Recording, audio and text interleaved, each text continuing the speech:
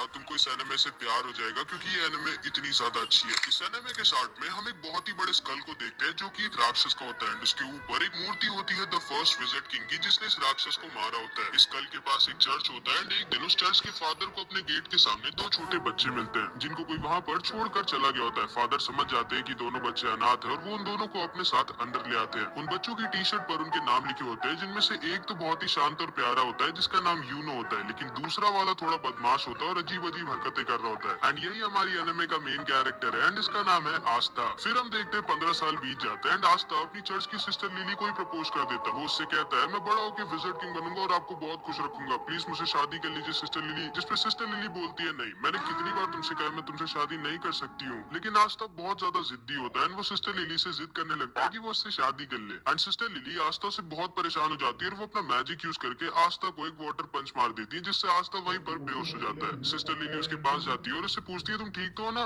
And तभी वहाँ पे चर्च के कुछ और बच्चे आ जाते हैं और वो सिस्टर लिली से कहते हैं बिल्कुल सही किया आपने, जब भी आपको परेशान करे इसको एक दो वाटर पंच मार दिया करिए। लेकिन तभी आस्था दोबारा से होश में आ जाता है एंड फिर से सिस्टर लिली के पीछे बढ़ जाता है। बट इस बार वहाँ पर यूनो आ जाता है एंड वो आस्था को अपने मैजिक से वहीं पर गिरा देता है। आस्था गुस्से में उठता है और उसके पास भाग के जाके कहता है आखिर तुम हर बार मेरे और सिस्टर लिली के बीच में अपनी टांग क्यों घुसाते हो। जिसपे यूनो आस्था से कहता है देखो, पहले तो तुम बहुत ज्यादा शोर मचाते हो, दूसरा तुम्हारी हाइट बहुत कम है, तीसरा तुम दिमाग से कम हो, और सिस्टर लिली इस चर्च की नन है और नन लोग शादी नहीं कर सकती, तुम्हारे दिमाग में इतना भी नहीं घुसता क्या। जिसपे आस्था बहुत गुस्सा हो जाता है और यूनो से कहता है आजा 1v1, फ्री फायर में नहीं असली फाइट में मतलब। जिसपे आस्था से कहता है नहीं, मुझे टाइम वेस्ट नहीं करना है तुम्हारे साथ 1v1 करके। आस्था बोलता है क्यों, डर गया क्या। जिसपे ये बच्चा जिसका नाम मैक्स होता है ये बोलता है तुम सोच भी कैसे सकते हो कि तुम यूनो को जिंदगी में भी हरा सकते हो। आस्था मैक्स से बोलता है तुम्हारी प्रॉब्लम क्या है बच्चे, मुझसे मैं तुमसे इतना बड़ा हूँ फिर भी तुम मेरी रिस्पेक्ट क्यों नहीं करते कभी। जिसपे मैक्स बोलता है बिल्कुल भी नहीं, मैं किसी ऐसे की रिस्पेक्ट कर ही नहीं सकता जो 15 साल का होने के बाद भी मैजिक नहीं यूज कर सकता। असल में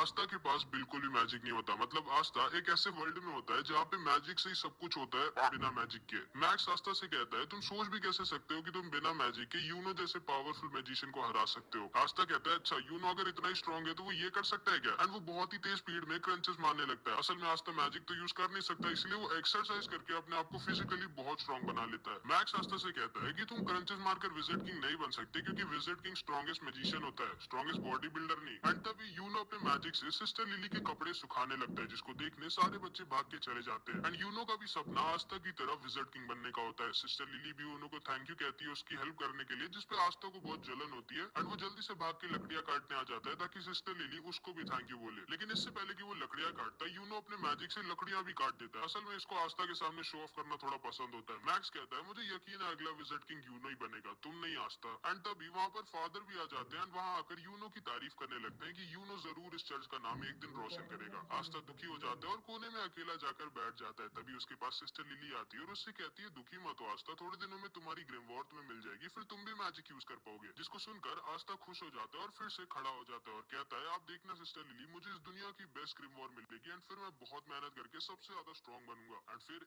एक दिन मैं विजिट किंग बनूंगा। ग्रिमवॉर असल में एक मैजिकल बुक होती है जिसमें 3 लीफ बनी होती है जो सबको 15 साल की एज में मिलती है एंड उसको पाने के बाद लोगों का मैजिक बहुत ज्यादा बढ़ जाता है और वो मैजिकल अटैक्स भी यूज कर सकते हैं। आस्था यूनो से कहता है कि जब मुझे मेरी ग्रिमवॉर मिलेगी तब हम दोनों बचपन की तरह साथ में प्रैक्टिस करेंगे और साथ में बहुत स्ट्रॉन्ग बनेंगे। लेकिन यूनो उसे इग्नोर कर वहां से चला जाता है, मानो वो आस्था को अपने टक्कर का मानता ही नहीं है। जिसपे आस्था भी बहुत दुखी हो जाता है एंड वो भी वहां से चला जाता है। सिस्टर लिली यूनो के पास आती है और उससे कहती है तुम्हें आस्था के साथ ऐसा नहीं करना चाहिए था। जिसपे यूनो कहता है सिस्टर लिली को लगता है कि आस्था क्योंकि बहुत दुखी होकर गया है तो वो मे भी कहीं पर चुपचाप जाके रो रहा होगा, लेकिन हमारा आस्था रोता होता नहीं है, वो यहाँ पर ट्रेनिंग कर रहा होता है और ज्यादा स्ट्रॉन्ग होने के लिए एंड अपने विजिट किंग बनने के सपने को सच करने के लिए। थोड़े दिनों बाद आस्था यूनो और बहुत सारे बच्चे जो 15 साल के हो गए थे वो सब ग्रिमवॉर टावर जाते हैं अपनी अपनी ग्रिमवॉर लेने। आस्था बहुत ज्यादा एक्साइटेड होता है क्योंकि अब वो फाइनली मैजिक यूज कर पाएगा एंड यूनो को टक्कर दे पाएगा। वहाँ पे दो नोबल फैमिलीज के भी बच्चे और उस ग्रिमवॉर टावर का मास्टर आ जाता है एंड सारे लोगों का वेलकम करता है। आस्था बहुत ज्यादा एक्साइटेड और खुश होता है। फिर ये मास्टर एक मैजिकल स्पेल बोलता है और सारे लोगों के पास अपने आप उनकी उनकी ग्रिमवॉर उड़कर जाने लगती है। सारे लोग अपनी अपनी ग्रिमवॉर पाकर बहुत खुश होते हैं, लेकिन आस्था के पास कोई भी ग्रिमवॉर नहीं आती। आस्था बोलता है मेरी ग्रिमवॉर लेट हो गई क्या, मेरी ग्रिमवॉर कहाँ है। जिसपे सारे के सारे लोग उस पर हंसने लगते हैं एंड उसका मजाक बनाने लगते हैं। लेकिन तभी यूनो के पास उसकी ग्रिमवॉर आ जाती है जो की होती है एक 4 लीफ ग्रिमवॉर, जो की बहुत ही ज्यादा रेयर होती है एंड यही ग्रिमवॉर फर्स्ट विजिट किंग के पास भी होती है, जिसको देखकर सारे के सारे लोग शॉक्ड रह जाते हैं कि आखिर यूनो जो कि नोबल फैमिली का भी नहीं है, उसको 4 लीफ ग्रिमवॉर कैसे मिल गई। यूनो उल्टा घूमता है और सबसे कहता है कि वो बनेगा अगला विजिट किंग एंड सारे के सारे लोग उसकी तारीफ करने लगते हैं। लेकिन तभी आस्था खड़ा होता है और यूनो से बोलता है नहीं, तुम नहीं, मैं बनूंगा अगला विजिट किंग, जिसपे फिर से सारे के सारे लोग उस पर हंसने लगते हैं एंड उसका मजाक उड़ाने लगते हैं एंड यूनो भी आस्था को वहीं पर इग्नोर करके वहां से चला जाता है। इसके बाद आस्था अकेले जंगल में उल्टा लटका होता है और थोड़ा सा दुखी होता है, क्योंकि ना तो सिर्फ उसके पास मैजिक है बट अब तो उसको ग्रिमवॉर भी नहीं मिली। लेकिन इतना सब कुछ होने के बाद भी वो गिव अप नहीं करता और वो उठता है और कहता है क्या हुआ अगर मेरे को ग्रिमवॉर नहीं मिली तो मैं तब भी मेहनत करना नहीं छोड़ूंगा एंड एक दिन विजिट किंग जरूर बनूंगा, तुम बस वेट करना यूनो, मैं ही तुम्हारा राइवल हूँ एंड मैं ये तुम्हें प्रूव करके रहूंगा। लेकिन तभी उसे एक आवाज आती है। इधर हम देखते हैं ये दोनों जलन के मारे यूनो से लड़ने आ जाते हैं एंड उससे कहते हैं आखिर तुम्हारे जैसे गरीब को 4 लीफ ग्रिमवॉर कैसे मिल सकती है एंड हम नोबल्स को नहीं, मैं जला दूंगा तुम्हारी इस ग्रिमवॉर को। एंड वो यूनो के ऊपर एक मैजिकल अटैक यूज कर देता है, लेकिन यूनो बिना अपनी ग्रिमवॉर का यूज किए ही अपने आप को डिफेंड कर लेता है, जिसको देखकर ये दोनों शॉक्ड रह जाते हैं कि आखिर यूनो इतना स्ट्रॉन्ग कैसे है। लेकिन तभी अचानक से कुछ चेन्स आके उन दोनों को पकड़ लेती है एंड तभी वहाँ पर एक आदमी आता है जो बोलता है तुम लोग पागल हो क्या जो इतनी रेयर चीज को जलाना चाहते हो। यूनो पूछता है कौन हो तुम, जिसपे ये बताता है मेरा नाम है स्नेक और मुझे वो चीज चाहिए जो तुम्हारे पास है। एंड तभी वो अपने मैजिक से यूनो को भी पकड़ लेता है एंड उसकी 4 लीफ ग्रिमवॉर को भी उससे छीन लेता है। यूनो बोलता है स्नेक, मैंने तुम्हारा नाम सुना है, तुम एक बहुत ही स्ट्रॉन्ग और फेमस चोर हो, लेकिन तुम्हें ये तो पता ही होगा कि एक ग्रिमवॉर को केवल उसका ओरिजिनल ओनर ही यूज कर सकता है। जिसपे स्नेक कहता है हाँ मेरे को पता है कि तुम्हारी ग्रिमवॉर को तुम्हारे बिना कोई यूज नहीं कर सकता, लेकिन ब्लैक मार्केट में इस 4 लीफ ग्रिमवॉर के मेरे को बहुत पैसे मिलेंगे एंड इसीलिए मैं तुम्हारी ग्रिमवॉर चुरा रहा हूँ और माफ करना तुम्हारा विजिट किंग बनने का सपना यहीं पर खत्म होता है। एंड तभी वहाँ पर हमारा आस्था आ जाता है एंड आस्था गिर के अपनी बेइज्जती करा लेता है, लेकिन फिर भी वो खड़ा होता है और बोलता है क्या हो रहा है यहाँ और तुम्हारे पास दो ग्रिमवॉर कैसे है। यूनो बोलता है उनमें से एक मेरी और यहाँ से जल्दी से भाग जाओ, ये बहुत स्ट्रॉन्ग है। तब आस्था सारा का सारा खेल समझ जाता है एंड वो स्नेक से कहता है चुपचाप यूनो की ग्रिमवॉर वापस कर दो, जिसपे स्नेक उससे कहता है तुम तो वही लूजर हो ना जिसको एक भी ग्रिमवॉर नहीं मिली। एंड ये कहकर वो उस पर हंसने लगता है। आस्था कहता है हाँ मैं वही हूँ जिसको कोई ग्रिमवॉर नहीं मिली, लेकिन मैं वो भी हूँ जो एक दिन विजिट किंग बनेगा। एंड ये कह के आस्था स्नेक की तरफ भागता है। यूनो कहता है नहीं उससे मत लड़ना आस्था। स्नेक अपने मैजिक से आस्था पर अटैक करता है, लेकिन आस्था उसके अटैक को डॉज करके उसके पीछे आ जाता है एंड वो बस उसको एक पंच मारने वाला होता है, लेकिन तभी स्नेक की चेन्स उसको पकड़ लेती है एंड फिर स्नेक अपने मैजिक से आस्था को बहुत ज्यादा इंजर्ड कर देता है। आस्था मन में सोचता है कि ये तो बस एक चोर है, फिर ये इतना स्ट्रॉन्ग कैसे है, और अगर एक चोर इतना स्ट्रॉन्ग है तो फिर विजिट किंग कितना स्ट्रॉन्ग होगा। एंड फिर स्नेक उसको पीछे की दीवार पर लड़ा देता है एंड उसके पास जाकर बोलता है अपनी आंखें खोलो बच्चे, तुम मुझे 100 जन्मों में भी नहीं हरा सकते। आस्था मन में सोचता है कि ये सही तो कह रहा है, मैं चाहे जितना भी अपनी बॉडी को ट्रेन करके स्ट्रॉन्ग बना लूं, लेकिन मैं इसको भी नहीं हरा सकता। स्नेक आस्था के ऊपर हंसता है और बोलता है अपनी चेन से मैं किसी के अंदर कितना मैजिक है ये नाप सकता हूँ, और तुम्हारे अंदर एक बूंद मैजिक भी नहीं है एंड इसीलिए तुम्हारे पास कोई ग्रिमवॉर नहीं आई, क्योंकि ग्रिमवॉर मैजिक को बढ़ाती है और तुम्हारे पास तो मैजिक है ही नहीं। तुम विजिट किंग तो क्या, तुम कोई नॉर्मल सी जॉब भी नहीं कर सकते। शर्म करो अपनी जिंदगी पर, तुम एक बहुत ही बड़े लूजर हो। जिसको सुनकर आस्था अंदर से टूट जाता है और वो सोचने लगता है कि ये एकदम सही तो कह रहा है, मेरे अंदर ना तो मैजिक है और ना ही मेरे पास अब एक ग्रिमवॉर है, फिर आखिर मैं कैसे विजिट किंग बन सकता हूँ जो कि पूरी दुनिया का सबसे स्ट्रॉन्गेस्ट मैजिशियन होता है। एंड जिंदगी में पहली बार आस्था गिव अप करने वाला होता है, लेकिन तभी यूनो चिल्लाकर बोलता है नहीं, मैं जानता हूँ आस्था विजिट किंग नहीं बनेगा क्योंकि अगला विजिट किंग तो मैं ही बनूंगा, लेकिन आस्था कोई लूजर नहीं है, वो मेरा राइवल है एंड उसके अंदर भी एक मैजिकल पावर है एंड वो है कभी भी गिव अप ना करना।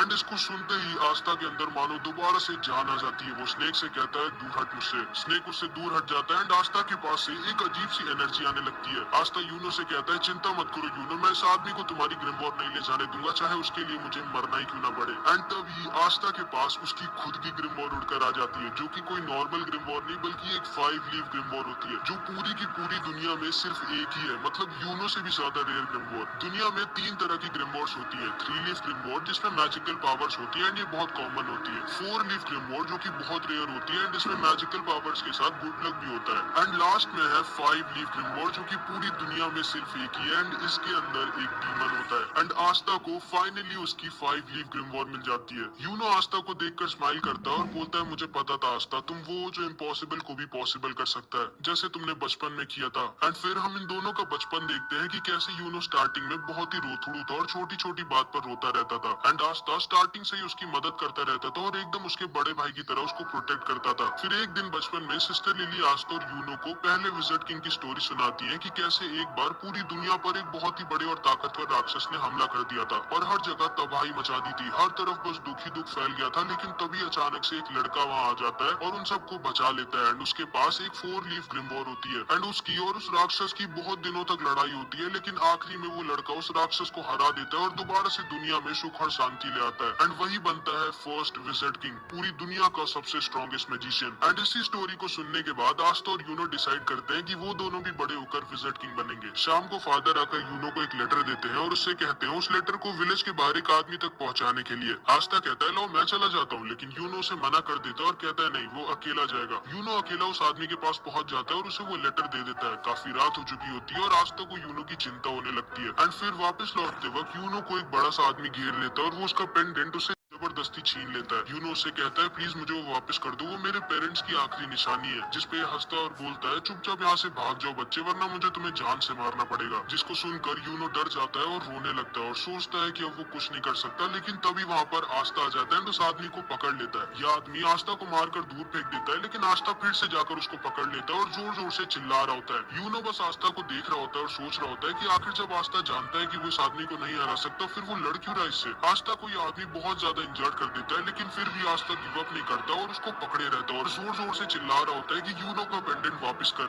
यह आदमी समझ जाता है कि ये बच्चा कोई नॉर्मल बच्चा नहीं है एंड वो उस पेंडेंट को वहीं पर छोड़कर चला जाता है। एंड आस्था वहीं पर गिर जाता है। यूनो उसके पास आकर रोते हुए बोलता है मुझे माफ करना, मेरी वजह से तुम्हें इतनी मार पड़ी। जिसपे आस्था उससे कहता है तुम चिंता मत करो, मैं हमेशा तुम्हारे साथ रहूंगा और तुम्हें प्रोटेक्ट करूंगा। एंड एक दिन मैं बनूंगा विजिट किंग और तुम्हें और चर्च के सारे लोगों को खुश और सेफ रखूंगा। और इधर हम देखते हैं आस्था की ग्रिमवॉर से एक अजीब सी तलवार निकलती है और स्नेक बोलता है अचानक से तुम्हारे पास एक ग्रिमवॉर कहाँ से आ गई, ये क्या हो रहा है। एंड वो आस्था के ऊपर दोबारा से अटैक कर देता है, लेकिन आस्था अपनी स्वॉर्ड यूज करता है एंड स्नेक की मैजिकल चेंज गायब हो जाती है। स्नेक बोलता है कि ये कैसे किया तुमने, आखिर हो कौन तुम। जिसपे आस्था बोलता है मैं वो हूँ जो एक दिन बनेगा विजिट किंग। एंड ये कहकर आस्था स्नेक के ऊपर अटैक कर देता है एंड स्नेक की एक बार में बैंड बजा देता है और उसको हरा देता है। यूनो उसे देखकर हंस रहा होता है और आस्था उसके पास आकर बोलता है ये देखो यूनो, मेरे को फाइनली मेरी ग्रिमवॉर मिल गई। यूनो आस्था से बोलता है तो तुमने मुझे एक और बार बचा लिया आस्था, तुम्हें याद है ना वो प्रॉमिस जो हमने बचपन में किया। बचपन में जब यूनो आस्था की बात सुनता है तो वो पूछता है कि क्या मैं विजिट किंग बन सकता हूँ जबकि मैं इतना वीक हूँ। जिसपे आस्था यूनो से कहता है हाँ, अगर तुम बहुत मेहनत करोगे और कभी भी गिव अप नहीं करोगे तो तुम क्या कोई भी विजिट किंग बन सकता है। जिसको सुनकर यूनो खड़ा होता है और बोलता है ठीक है, मैंने भी डिसाइड कर लिया है कि आज के बाद मैं कभी भी नहीं रहूंगा एंड मैं बहुत मेहनत कर एक दिन विजिट किंग बनूंगा और तुमको और चर्च के सारे लोगों को खुश रखूंगा। जिसपे आस्था यूनो से कहता है इसका मतलब है कि अब हम दोनों राइवल्स हैं। एंड वो दोनों एक दूसरे से प्रॉमिस करते हैं कि वो दोनों बहुत मेहनत करेंगे एंड एक दिन विजिट किंग बनेंगे। आस्था यूनो से कहता है हाँ मुझे याद है, मुझे लगा था कि तुम भूल गए होगे। एंड फिर वो दोनों फिर से बचपन की तरह दोबारा से एक दूसरे से शर्त लगाते हैं ये देखने के लिए कि पहले विजिट किंग कौन बनेगा। इसके बाद हम अभी के विजिट किंग की झलक देखते हैं एंड उन 9 मैजिक नाइट्स को देखते हैं जो किंगडम में विजिट किंग के बाद सबसे ज्यादा स्ट्रॉन्ग मैजिशियंस होते हैं। और इनका काम होता है किंगडम में पीस और ऑर्डर मेंटेन करके रखना। एंड इन सबकी एक स्क्वाड होती है जिसको ज्वाइन करने के लिए बच्चों को एक एंट्रेंस एग्जाम देना होता है और उसी एग्जाम के लिए आस्था और यूनो दोनों ट्रेनिंग कर रहे होते हैं। इधर हम देखते हैं फादर और सिस्टर लिली ग्रिमवॉर टावर के मास्टर के पास जाते हैं एंड फादर मास्टर से पूछता है कि आखिर एंट्रेंस एग्जाम के लिए उसने यूनो के साथ आस्था का भी नाम क्यों दिया, जबकि आस्था तो उस टेस्ट में पास हो भी नहीं सकता। जिसपे मास्टर उससे कहता है कि आस्था ने मुझे उसकी ग्रिमवॉर दिखाई थी और मुझसे बहुत रिक्वेस्ट किया था कि उसको एंट्रेंस एग्जाम में भेज दे, तो इसलिए मैंने भेज दिया। फादर मास्टर से पूछते हैं कि आखिर जो ग्रिमवॉर आस्था के पास आई है वो है क्या और वो असलियत में ग्रिमवॉर है भी कि नहीं। जिसपे मास्टर उसे बताता है मैं तुम्हें ज्यादा तो नहीं बता सकता, लेकिन हाँ उस ग्रिमवॉर की वजह से आस्था को फ्यूचर में एक बहुत बड़ी लड़ाई लड़नी होगी। फादर मास्टर से रिक्वेस्ट करने लगता है कि आस्था बहुत वीक है और उसके पास मैजिक भी नहीं है, तो उसको एंट्रेंस एग्जाम में ना भेजे। जिसपे मास्टर उससे कहते हैं कि कहीं ऐसा तो नहीं कि तुम आस्था को इसलिए नहीं भेजना चाहते क्योंकि अगर वो पास हो गया तो वो यहाँ से चला जाएगा और तुम्हें उसकी याद आएगी। जिसपे फादर थोड़ा सा शर्मा जाता है और बहाने बनाने लगता है। सिस्टर लिली भी समझ जाती है कि फादर आस्था को सीक्रेटली बहुत प्यार करते हैं। इधर हम देखते हैं आस्था और यूनो रेस लगाते हुए चर्च वापस आ रहे होते हैं और उन दोनों के बीच में टाई हो जाता है। आस्था पूछता है जल्दी बताओ कौन जीता? मैक्स बोलता है यूनो जीता है। आस्था कहता है अभी रेस खत्म नहीं हुई है, जो चर्च के अंदर पहले घुसेगा वो जीतेगा। और आस्था चर्च के अंदर घुसने वाला होता है, लेकिन तभी यूनो उसे अपने मैजिक से उड़ाकर दूर फेंक देता है और रेस को जीत जाता है। रात में सोते वक्त आस्था सपने में भी यही बोल रहा होता है कि वो एक दिन विजेट किंग बनेगा। भाई ये पागल होता है विजेट किंग बनने के लिए, जिसको सुनकर मैक्स आस्था पर गुस्सा हो जाता है। अगले दिन आस्था फिर से ट्रेनिंग कर रहा होता है और उसके पास मैक्स आ जाता है। आस्था पूछता है क्या हुआ? मैक्स बोलता है तुम बेवकूफ हो, जिसपे आस्था उस पर गुस्सा हो जाता है और बोलता है ये बोलने के लिए तुम चर्च से इतनी दूर मेरे